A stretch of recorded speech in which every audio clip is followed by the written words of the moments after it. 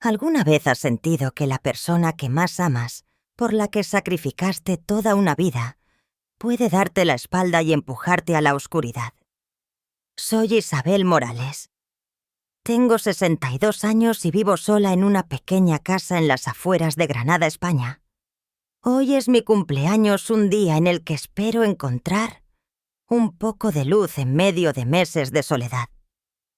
Preparo un desayuno con tortilla de patatas, el plato favorito de mi hijo Javier cuando era pequeño, y pongo 2 platos en la mesa como una oración silenciosa para que regrese a mí. Pero el reloj marca las 10 de la mañana, la comida se enfría, y sigo aquí sola con el corazón apretado, cada vez que miro el teléfono en silencio. Esperaba que hoy fuera diferente, que Javier apareciera con la sonrisa de su infancia. Pero la verdad afilada como un cuchillo comienza a hacerse evidente. Mi hijo, a quien amo más que a mi vida, se aleja cada vez más. Mi casa está en una calle tranquila con paredes de adobe desgastadas por el sol andaluz y ventanas que crujen con el viento del albaicín. Limpio los muebles de madera antigua tallados con motivos moriscos como si mantenerlos relucientes pudiera conservar el calor de los días en que Antonio, mi esposo, estaba aquí. Las habitaciones ahora están vacías, reflejando el vacío que dejó tras su muerte, hace 5 años. El tic-tac del reloj de pared es el único sonido en la cocina esta mañana, junto al chisporroteo del aceite al freír la tortilla.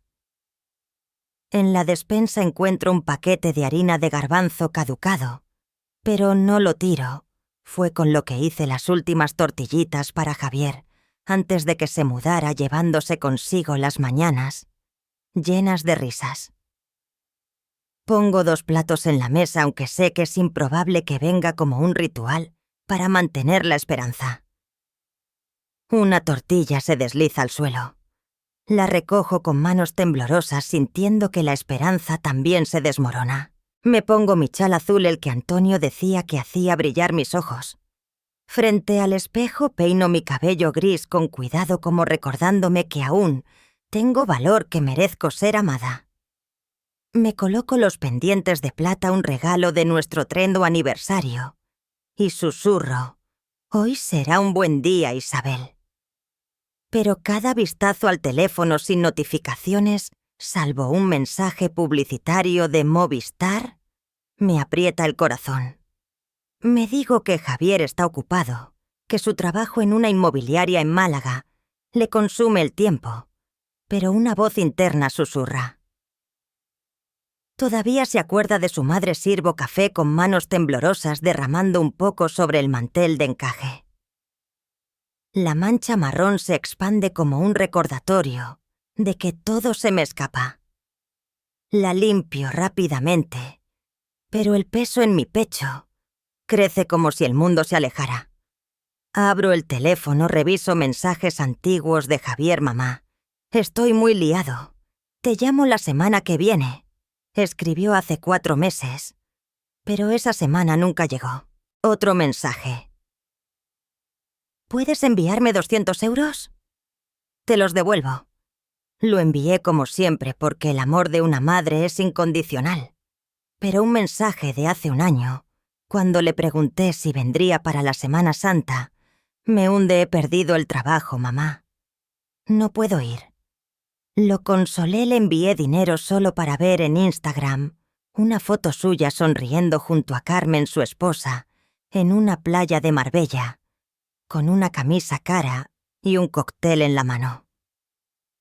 La verdad me corta como un cuchillo, pero me convenzo de que solo está perdido. Soy su madre, debo confiar en él, ¿verdad? Pero mis ojos se llenan de lágrimas al releer los mensajes, dándome cuenta de que solo me contacta cuando necesita dinero, no porque me extrañe. Salgo al patio. Miro el sendero hacia la casa. Los olivos al final de la calle brillan bajo el sol, sus hojas plateadas cayendo como un recordatorio del tiempo que pasa. Aprieto un pañuelo bordado, herencia de mi madre, esperando ver el coche blanco de Javier. El reloj marca las 11, luego las 12. Solo se oyen pájaros y el viento cálido. Lo llamo con manos temblorosas. El buzón de voz responde con la voz suave de Javier. Estoy ocupado, deja un mensaje. Cuelgo temiendo que mi voz se quiebre. Una ráfaga de viento arranca el pañuelo de mis manos, cayendo al suelo polvoriento. Lo recojo, lo limpio, y una lágrima rueda por mi mejilla. La seco rápido diciéndome que no debo ser débil, pero la fragilidad dentro de mí se agrieta. Vuelvo a casa con pasos pesados rozando una foto en la repisa Javier, en su graduación universitaria, sonriendo abrazándome. Recuerdo ese día cuando vendí mi anillo de compromiso para pagar su última matrícula. No me arrepentí porque su sonrisa era mi mayor recompensa. Pero ahora ese recuerdo me duele en el pecho. La última vez que vino hace 8 meses, se quedó 10 minutos con los ojos pegados al móvil, murmurando sobre trabajo. Preparé una paella que le gustaba, pero no comió, solo dijo: «Me tengo que ir, mamá». Se fue dejando la casa en silencio y el plato intacto. Me quedé en la puerta viendo su coche desaparecer, preguntándome qué hice mal para que se alejara tanto.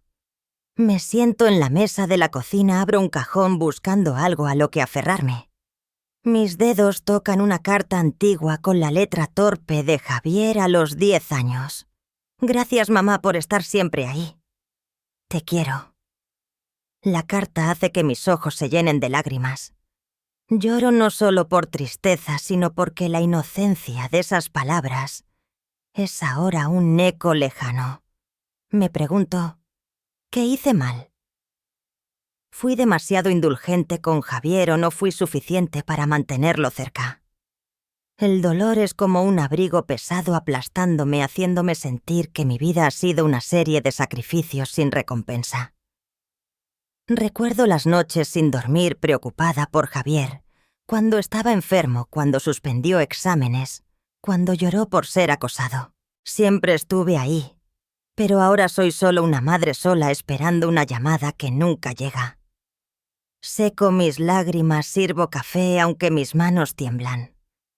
Miro por la ventana diciéndome que Javier llamará, pero cuando el reloj marca las 14:00, suena el timbre y mi corazón da un salto. Corro a abrir esperando ver a Javier con la sonrisa de antaño.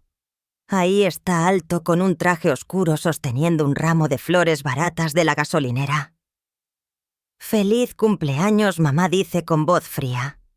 Lo abrazo ocultando el dolor, pero su palmada en la espalda es rígida como la de un extraño.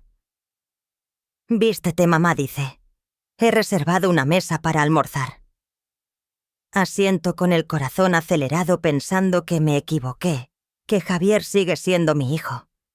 Me pongo el abrigo, cojo el bolso, lo sigo al coche sintiendo una chispa de esperanza.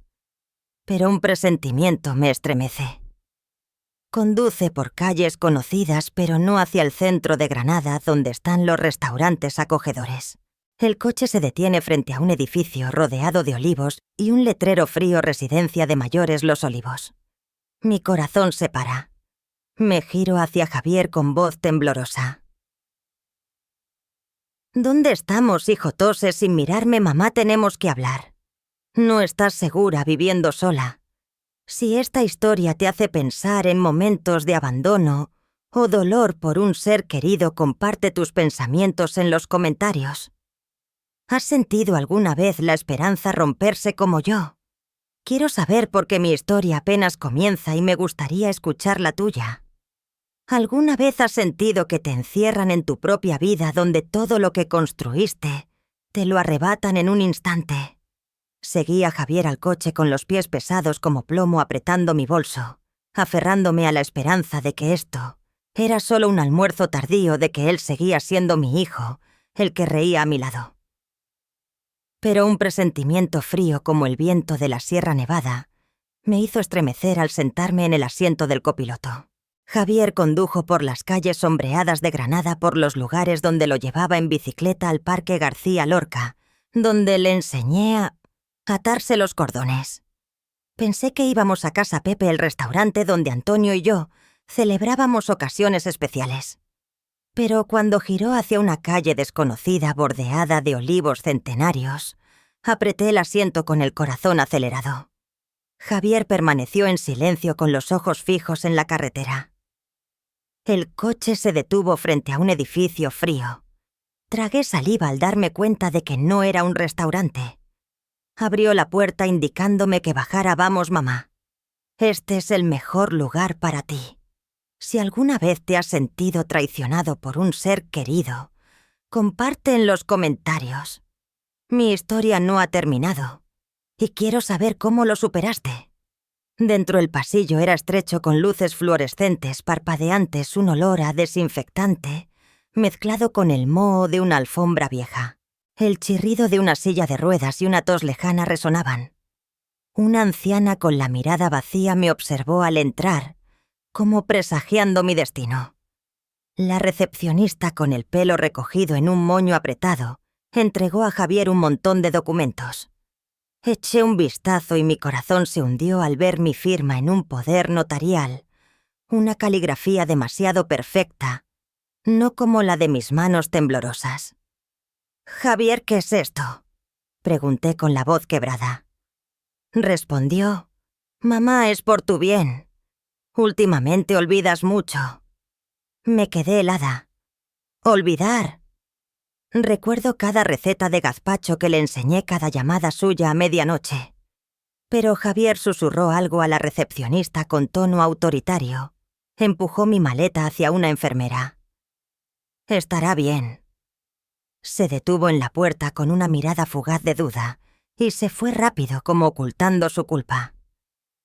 Quise alcanzar su mano, pero mis pies estaban congelados, sintiéndome como un animal atrapado. Me llevaron hasta una habitación pequeña, paredes beige, desvaídas, una cama médica que crujía y una ventana que daba a un muro de ladrillo gris. Una enfermera joven con una sonrisa forzada me dio una bata gris. «No necesitas el móvil», dijo cuando pregunté. Javier lo había tomado diciendo: «Mamá ya no lo necesita». Pedí llamar a Carmen, mi amiga, o a don Miguel, mi abogado, pero la enfermera negó. El tutor ha pedido no contactar con el exterior. Escuché a los empleados susurrar. El hijo dijo que no haya visitas para que se adapte. Intenté ir al vestíbulo a buscar un teléfono público, pero un guardia me bloqueó. «No puede salir de esta zona a órdenes de su hijo». Me dejé caer en un banco frío dibujando círculos en el borde con los dedos, como intentando recuperar algo de control, dándome cuenta de que estaba completamente aislada como una prisionera invisible. Registré mi bolso buscando el número de Carmen, pero solo encontré una factura pagada desde mi cuenta compartida con Javier. 3.500 euros.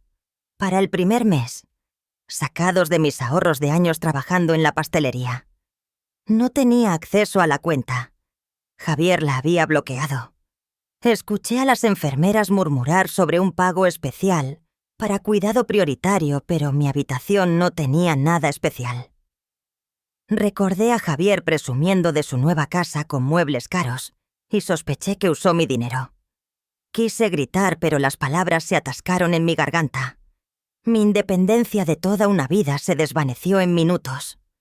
En la habitación me senté en el borde de la cama aún con el abrigo, como si quitármelo fuera a aceptar mi destino.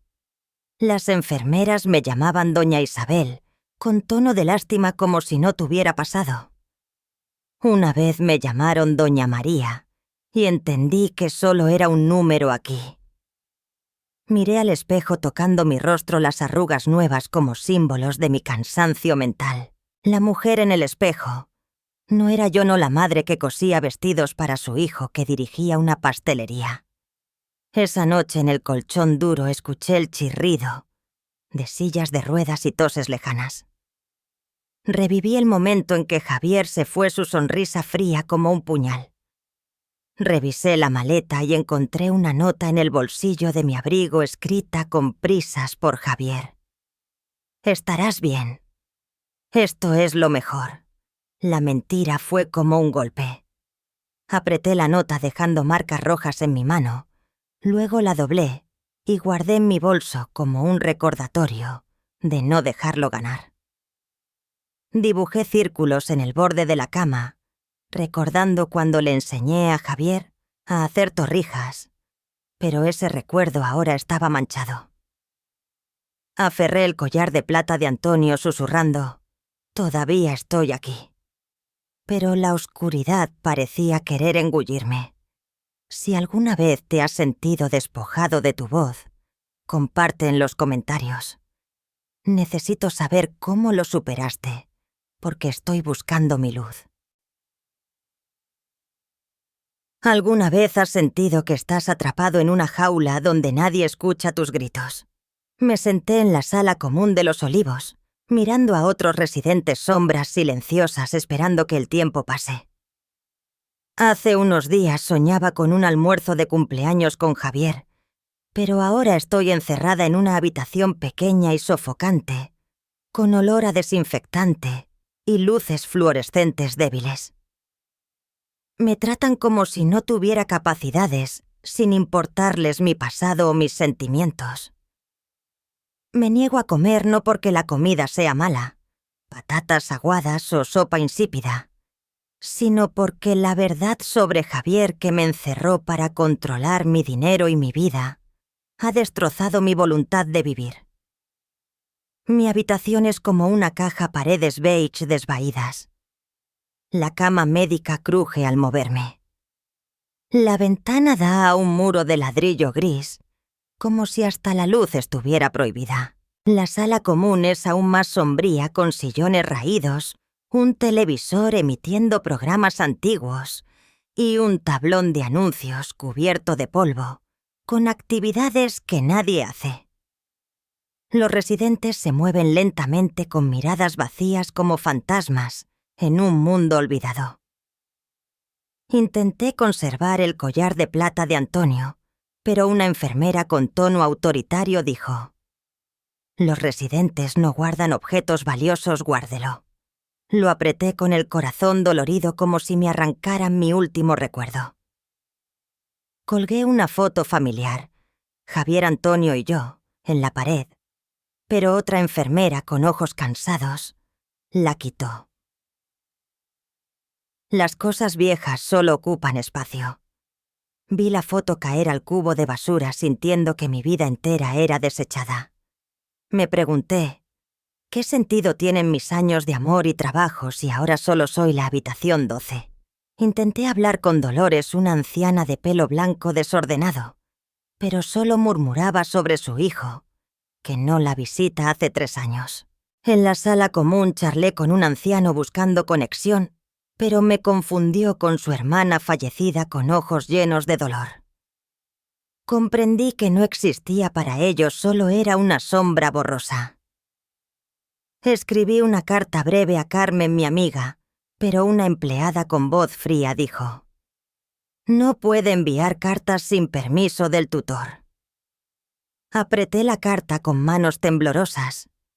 La doblé y guardé en mi bolsillo, dándome cuenta de que estaba completamente aislada del mundo.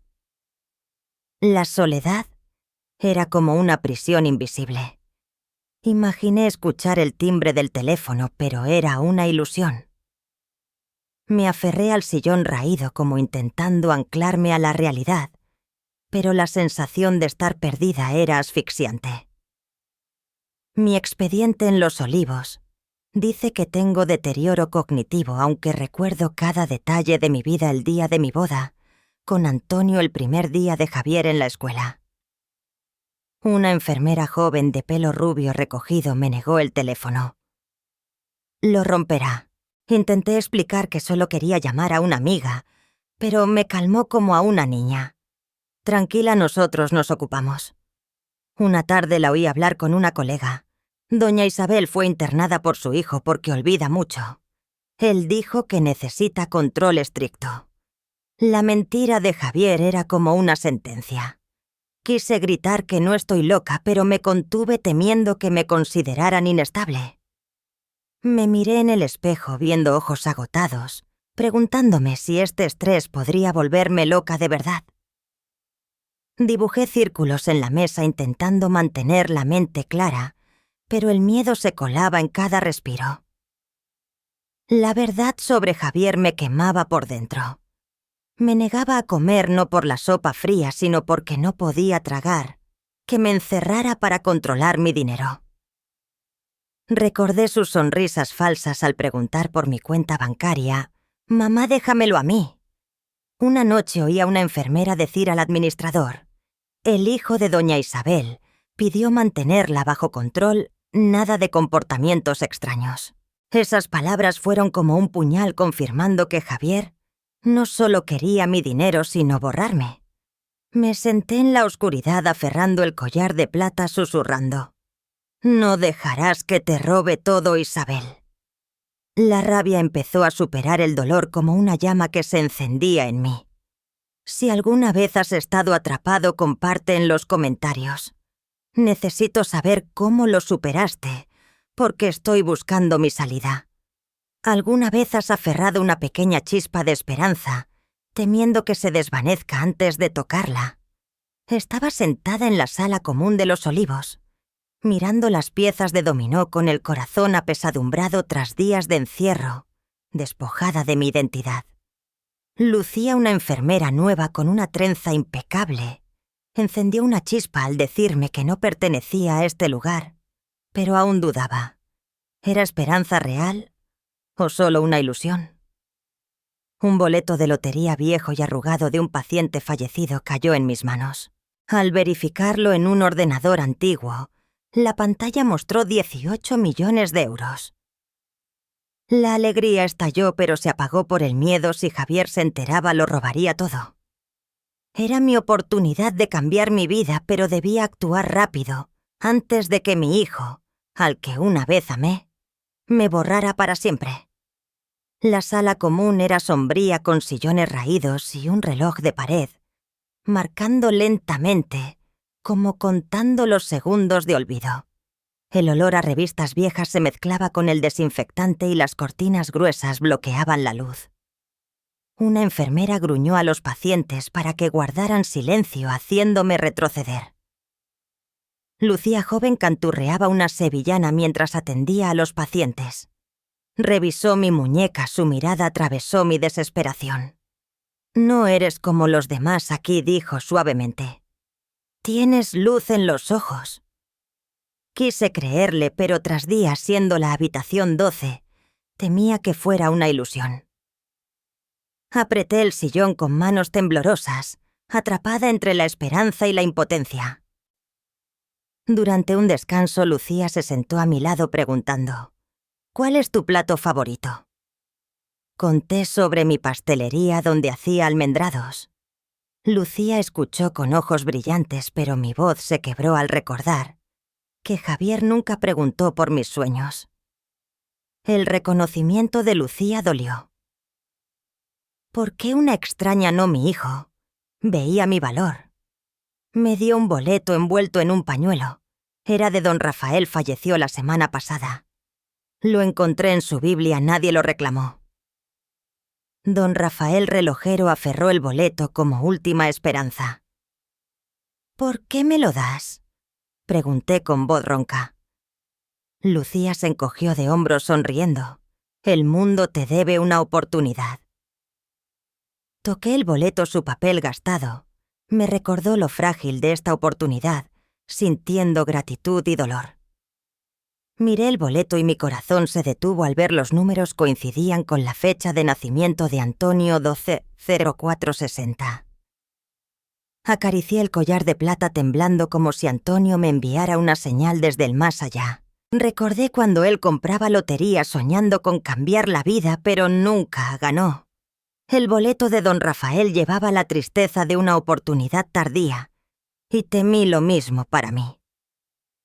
Lo guardé en mi bolsillo mirando alrededor, temerosa de ojos curiosos. Esa noche esperé a que la enfermera de turno patrullara sus pasos resonando cerca. Me colé en la sala común con el corazón latiendo fuerte. El ordenador viejo zumbaba, la pantalla parpadeaba. Tecleé los números con manos temblorosas, equivocándome 2 veces. Cuando apareció el resultado, 18 millones de euros, tapé mi boca temiendo gritar. La impresora hizo ruido, me sobresalté, agarré el comprobante y me escondí tras una estantería con el corazón a punto de estallar.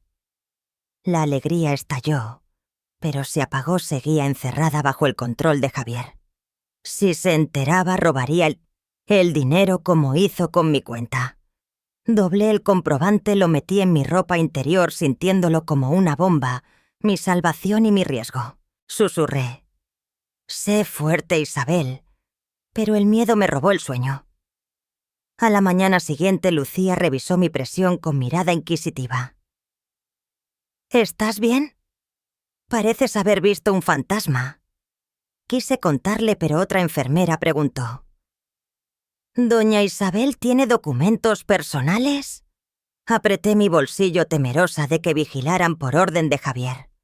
Lucía Janassak había mencionado a un paciente que perdió sus ahorros por un familiar, y supe que si Javier descubría el boleto lo perdería todo. Negué con la cabeza. Nada. La enfermera alzó una ceja y se fue, pero sentí que jugaba una partida peligrosa. La mirada de Lucía decía, «Actúa». Golpeé los dedos en la mesa recordando cuando Javier sonrió al hablar de abrir una pastelería más grande, un sueño que él aplastó. Comencé a planear mi escape aunque no sabía por dónde empezar. Lucía me dio un papel con el número de Diego, un abogado voluntario. Él ayuda a personas como tú. Ten cuidado. Apreté el papel dejando marcas de uñas con el corazón acelerado, como si me hubieran lanzado un salvavidas. Si alguna vez has aferrado una oportunidad con miedo a perderla, comparte en los comentarios. Necesito saber cómo protegiste tu esperanza, porque estoy luchando por mantener la mía. ¿Alguna vez has actuado a escondidas para proteger una oportunidad, sabiendo que un error podría destruirlo todo? Me senté al borde de la cama en Los Olivos, apretando el papel con el número de Diego. El boleto de lotería escondido en mi ropa interior. Era mi salvavidas, pero también una bomba si Javier lo descubría. Lucía, con su bondad arriesgada, se convirtió en mi aliada ayudándome a planear mi escape. Cada paso era como caminar sobre hielo fino, un ruido, una mirada sospechosa y podía perderlo todo. Debía transferir el dinero a un fideicomiso anónimo, salir de aquí y empezar de nuevo en Cádiz, bajo una nueva identidad. Pero el miedo a ser perseguida y la soledad de cortar con el pasado me hacían temblar. Era una guerra por recuperar mi vida y no podía fallar. Lucía me encontró al amanecer cuando cambiaban los turnos con la luz tenue, filtrándose por las cortinas gruesas. Me llevó por un pasillo trasero donde el eco de un despertador del personal me sobresaltó temiendo ser descubierta. El olor a moho de las paredes se mezclaba con el zumbido del aire acondicionado. «Tenemos 2 horas», susurró Lucía mirando el pasillo. Aferré una bolsa con algo de ropa y el boleto con el corazón latiendo fuerte. Lucía me dio un pañuelo para cubrir mi rostro. Vi a mi madre tratada como a ti, no puedo quedarme de brazos cruzados. Falsificó una nota de traslado en mi expediente para despistar, pero un guardia me miró con ojos sospechosos. Bajé la cabeza fingiendo toser, golpeando los dedos en la ventanilla del taxi intentando mantener la calma. Lucía tomó mi mano firme pero suave llevándome a la puerta trasera donde esperaba un taxi viejo. «Vete», dijo con ojos llorosos. «Yo te cubro». Escuché una sirena de camión detrás, pensando que era el personal persiguiéndome con el corazón a punto de estallar. Quise abrazar a Lucía, pero solo asentí sintiendo que huía de mi propia vida. Diego, un abogado con cabello canoso y mirada afilada, me encontró en un café en las afueras de Granada. El olor a café torrefacto se mezclaba con el chirrido de un ventilador de techo, creando una calma falsa. Me senté en un rincón apretando una taza mirando la ventana temiendo ver a Javier. Un cliente me miró demasiado, me escondí tras el mostrador, pensando que era alguien suyo. Diego abrió su portátil. Debemos transferir el dinero antes de que Javier lo bloquee. Le di el comprobante con manos temblorosas dejando caer la cuchara. Diego pidió que firmara como Ana Gómez, haciéndome sentir que me borraba a mí misma. No entendía los términos legales beneficiario-protección de activos. Un asesor financiero convocado por Diego advirtió a Hacienda podría investigar si sospechan del origen. El banco pidió verificar mi identidad y entré en pánico pensando que Javier lo sabía. Un error técnico retrasó la transacción 24 horas. Creí que él había intervenido, aunque Diego aseguró que era un fallo. Golpeé los dedos en la mesa intentando mantener la calma como caminando sobre hielo fino. Lucía me envió un mensaje. El administrador preguntó por ti. Dije que te trasladaron, pero sospechan. Contó sobre una paciente que murió sola tras ser estafada por su familia. Otro mensaje. Un empleado preguntó por una paciente desaparecida. Me sentí culpable como si hubiera arrastrado a Lucía al peligro. Prometí compensarla, pero la ansiedad me consumía. Si saben que escapé, avisarán a Javier. ¿Verdad?, pregunté a Diego. Asintió. Hay que actuar rápido. Acaricié el collar de plata aferrándome a los recuerdos, pero el miedo me hacía temblar con cada timbre del café. Diego exigió cortar todo contacto con el pasado. No llamar a Carmen, no visitar la tumba de Antonio. Escribí una carta breve a Carmen, diciendo que estaba bien, pero Diego la rompió ante mí. Un rastro puede destruirlo todo. Lloré sintiendo que me enterraba a mí misma.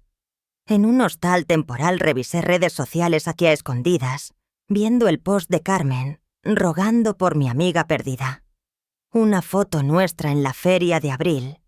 Me rompió el corazón. Aferré el collar llorando por lo que dejé atrás.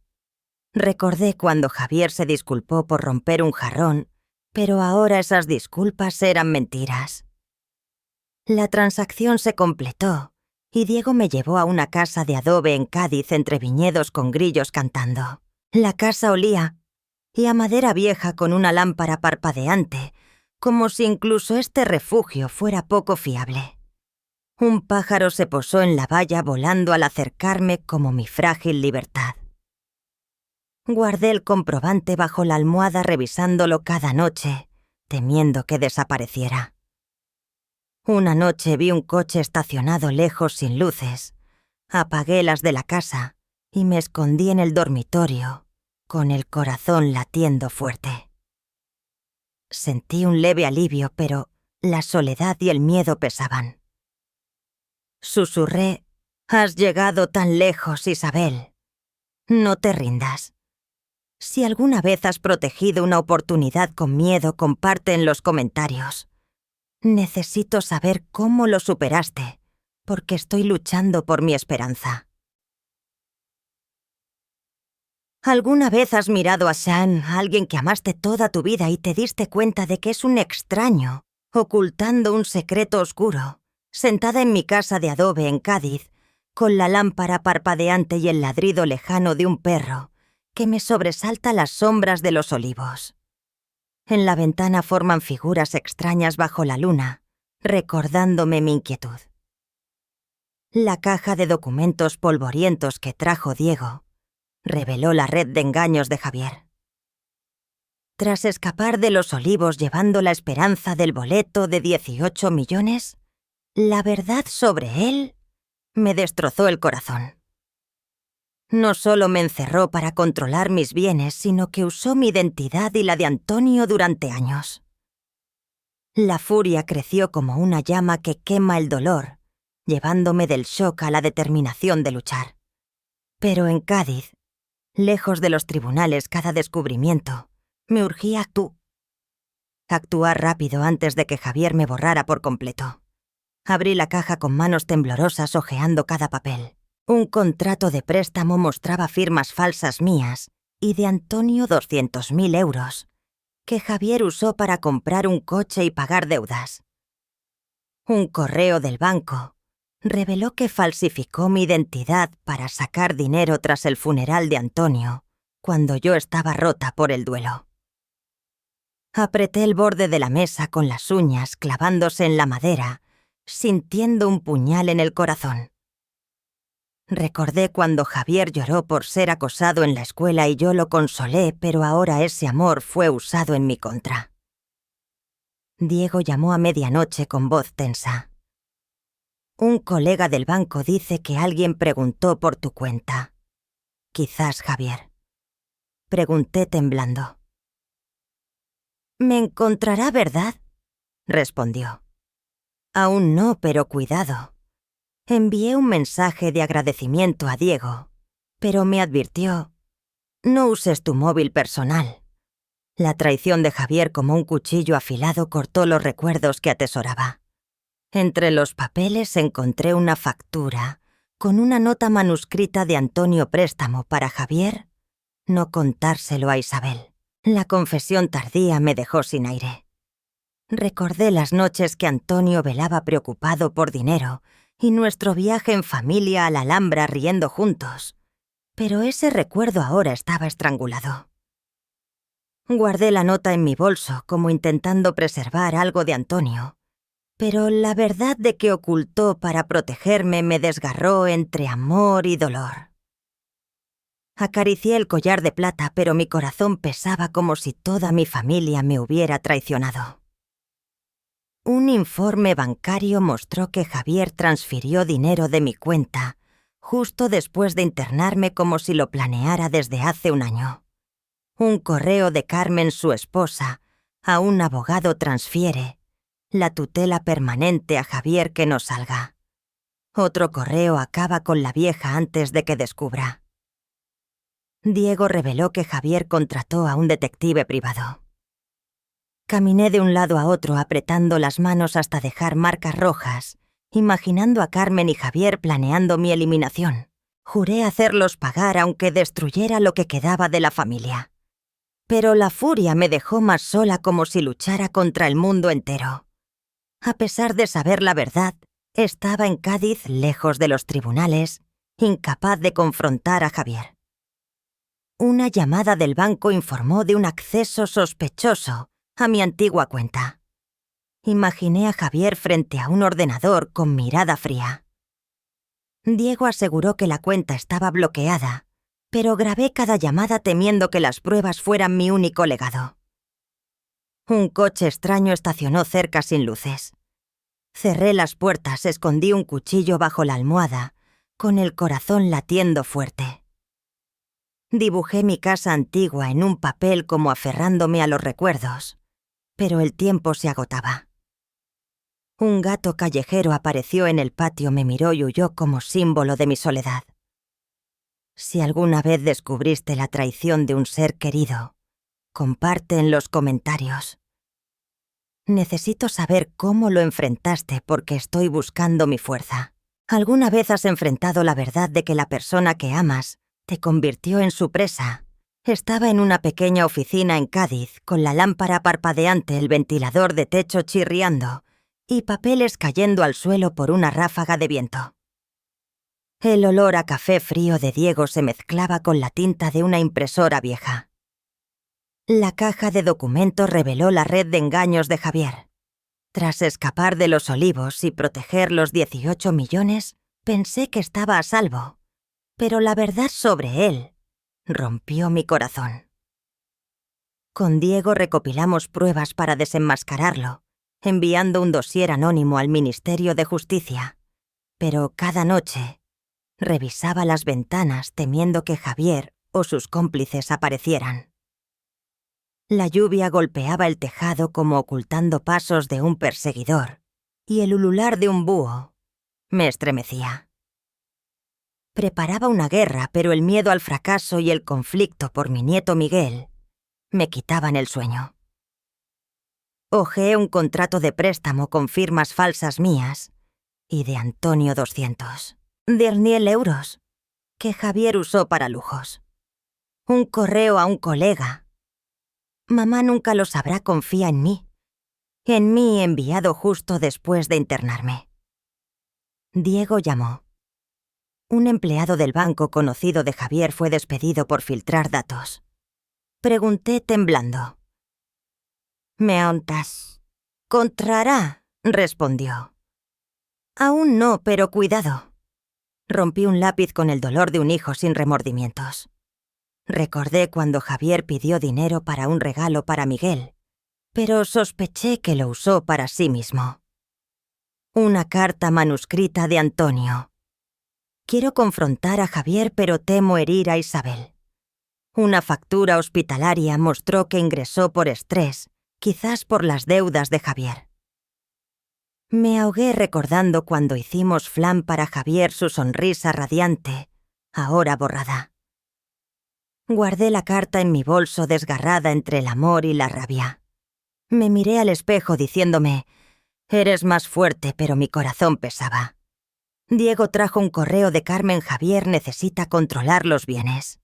Un informe mostró transferencias tras internarme.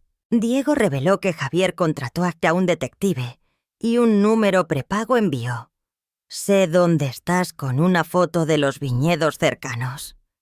Caminé de un lado a otro apretando las manos, imaginando a Carmen y Javier planeando. Juré hacerlos pagar. «Diego, tenemos suficiente para que Javier tema, pero sé fuerte». Asentí, pero la furia me dejó sola. Lejos de los tribunales no podía confrontar. El banco reportó un acceso sospechoso. Imaginé a Javier frente a un ordenador.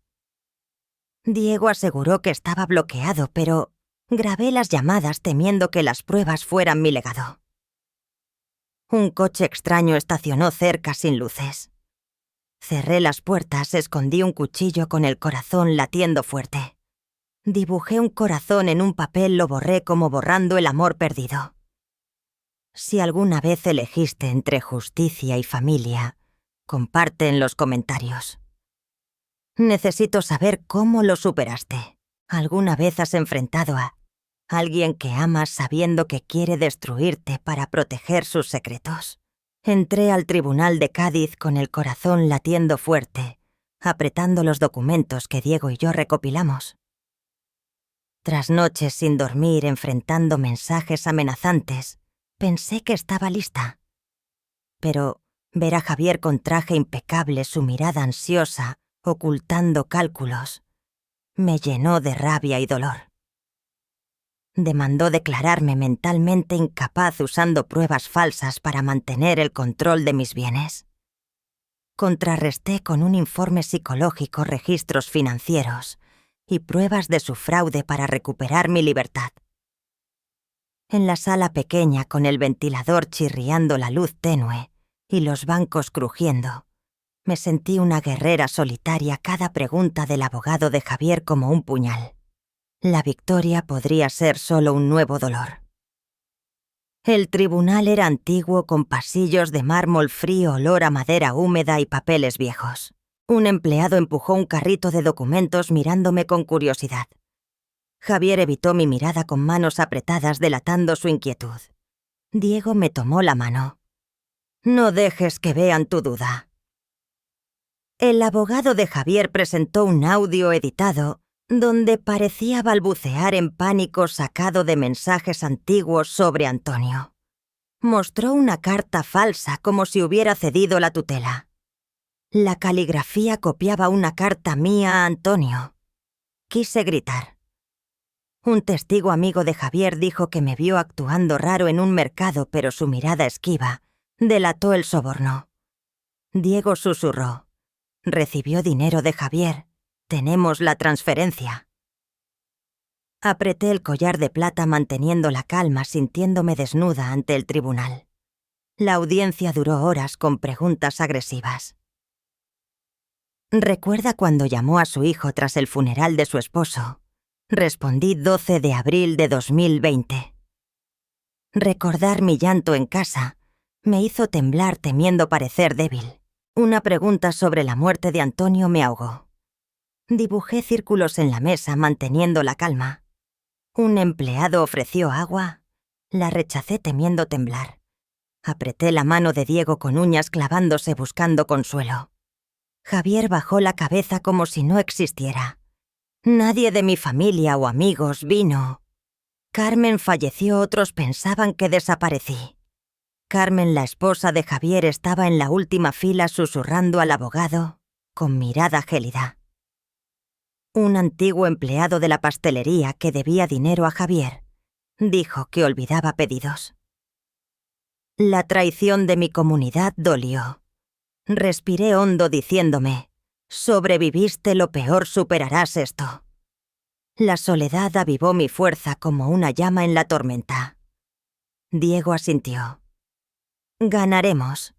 Diego presentó el informe del doctor López, probando mi lucidez. Registros financieros y pruebas de préstamos falsos fueron al juez. Un empleado bancario confirmó accesos ilegales de Javier. Conté cómo falsificó nuestras identidades y me encerró. El juez declaró mi capacidad desestimando la demanda. Suspiré agotada sin alegría. Javier me miró con odio. «Te arrepentirás, mamá». Vi una foto de Miguel en mi bolso, ahogándome sabiendo que la victoria no lo traía de vuelta. Aferré los documentos como mi libertad, pero las cicatrices dolían. Si luchaste por tu voz, comparte en los comentarios. Quiero saber de dónde sacaste fuerza. ¿Alguna vez has expuesto tu dolor más profundo al mundo, sabiendo que cada palabra te hace un blanco? Me senté en un pequeño estudio en Cádiz con luces suaves y un reloj marcando el tiempo que me ponía nerviosa. El olor a maquillaje me hacía sentir fuera de lugar. Tras la victoria legal, las palabras de Javier, «te arrepentirás», resonaban. Frente a Elena, una periodista de voz cálida, conté cómo Javier me abandonó en Los Olivos, con voz temblorosa, al recordar su frialdad. Elena tomó mi mano. «Eres muy fuerte, te ayudaré a contar tu historia». Las redes explotaron con Sean la justicia para Isabel, pero comentarios crueles surgieron. Doné 5 millones de euros anónimamente a una ONG contra el abuso financiero a mayores, pero la atención me hizo temer por mi seguridad. Estaba entre el orgullo y la vulnerabilidad sin saber si podía seguir escondida con el mundo mirando.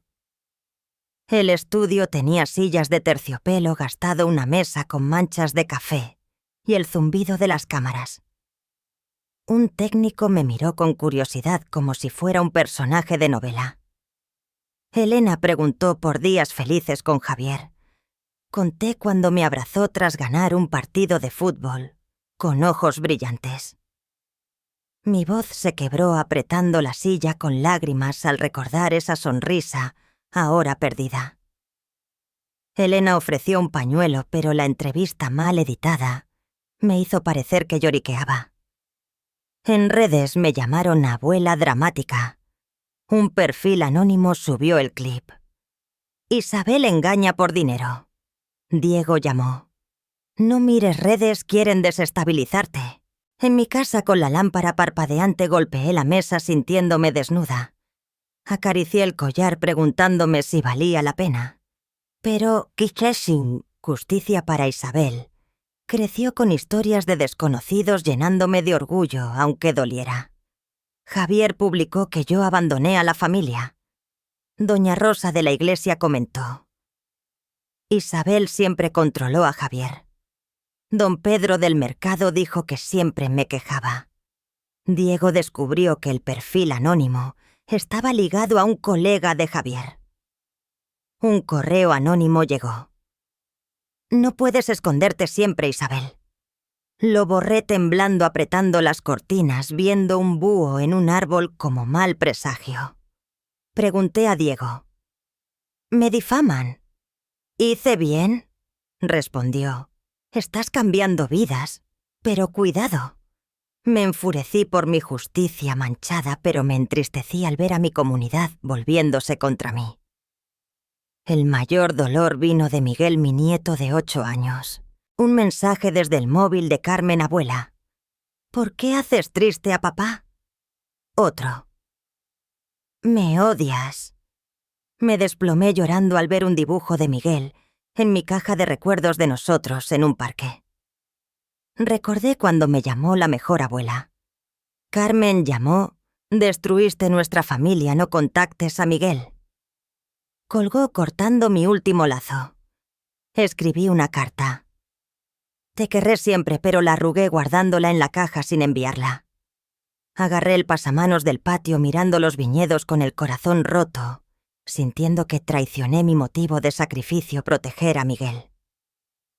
Donar 5 millones fue mi forma de convertir el dolor en propósito. Pero un artículo reveló a una mujer de Cádiz como donante, y los periodistas me buscaron. Una noche, un golpe en la puerta a medianoche. Agarré un cuchillo pensando en alguien de Javier. Vi a un periodista con una cámara. Diego llegó. «Solo es la prensa, escóndete». La ONG quería que fuera portavoz, pero solo quería paz. Me senté en un sillón con grillos cantando, atrapada entre ayudar y perder seguridad. Si expusiste tu verdad y enfrentaste rechazo, comparte en los comentarios. Necesito saber cómo encontraste valor. Alguna vez ganaste una batalla, pero el precio fueron los pedazos de tu corazón. Me senté en el patio de mi casa de adobe en Cádiz, con el atardecer tiñendo los viñedos de oro, el viento susurrando entre las hojas y una linterna vieja tintineando, recordándome mi vacío. Con una taza de té frío en la mano, sentía paz, pero el dolor por Javier persistía. Tras revelar mi historia enfrentando la opinión pública y perdiendo a Miguel, fundé el Proyecto Isabel, ayudando a mayores víctimas de abuso, transformando mi dolor en luz. Javier fue condenado a 10 años por fraude y robo de identidad, pero la justicia no borró mis cicatrices. Corté contacto con él. Escribí una carta para mí afirmando mi fuerza y libertad, pero los grillos y los recuerdos de los olivos me recordaban la soledad, el precio de mi victoria. Una mariposa se posó en una maceta volando al acercarme como mi frágil libertad. Mi casa era cálida con macetas y dibujos de Miguel, en las paredes sus trazos infantiles rompiéndome el corazón. La oficina del Proyecto Isabel pequeña olía madera nueva con un tablón lleno de cartas de agradecimiento, bajo una luz tenue. Doña Clara contó cómo su hija le robó sus ahorros y la abandonó. Tomé su mano, su pañuelo bordado me ahogó recordándome a mi madre. «Me diste esperanza», dijo. Lloré en casa apretando el collar con el chirrido de las sillas de ruedas resonando. Una carta de Clara me llamó héroe. Golpeé una maceta viéndome solo como superviviente, con manos que hacían dulces para Javier, ahora cargando el peso del mundo. Susurré: «Sigue adelante, Isabel», aunque estaba exhausta. Una carta de Javier llegó desde la prisión. «Mamá, las deudas me obligaron. Te quiero», pero añadió: «Me empujaste a esto». La quemé en la chimenea, las cenizas subiendo como nuestra relación rota. Carmen envió un video de Miguel. «Quiero que estés aquí», interrumpido por su voz manipuladora. Miré su rostro recordando cuando me llamó superabuela, pero supe que Carmen me usaba. Apreté el borde de la mesa, decidí cortar contacto con el corazón roto. La justicia llegó con Javier condenado, pero no sentí victoria. Un artículo dijo que me acusó de abandonarlo primero, mostrando que no cambiaría. Dibujé círculos en la mesa sintiéndome vacía. La justicia no devolvió los años robados ni a Miguel. Recordé a Carmen riendo en la cocina, ahora solo silencio. La soledad fue el precio de la victoria. Carmen murió mientras me escondía, dejándome con el remordimiento de no despedirme. Soñé con Javier pequeño abrazándome, pidiéndome perdón por romper un vaso. Desperté llorando sabiendo que era un sueño. Apreté las cortinas aceptando la soledad como parte de la libertad. Encontré una nota de Miguel: «Abuela es una estrella». Lloré enviándole un cuaderno de dibujo anónimo, manteniendo un lazo sin verlo. Coloqué la nota en la ventana como liberando el dolor. Escribí una carta para mí. No eres débil, Isabel. Pero el chirrido de las sillas de ruedas me estremecía. La guardé en la caja con un brazalete de cuentas de Miguel. Una llamada anónima, solo respiración, me hizo temer cómplices de Javier. Una carta anónima llegó, Javier. Saldrá y pagarás.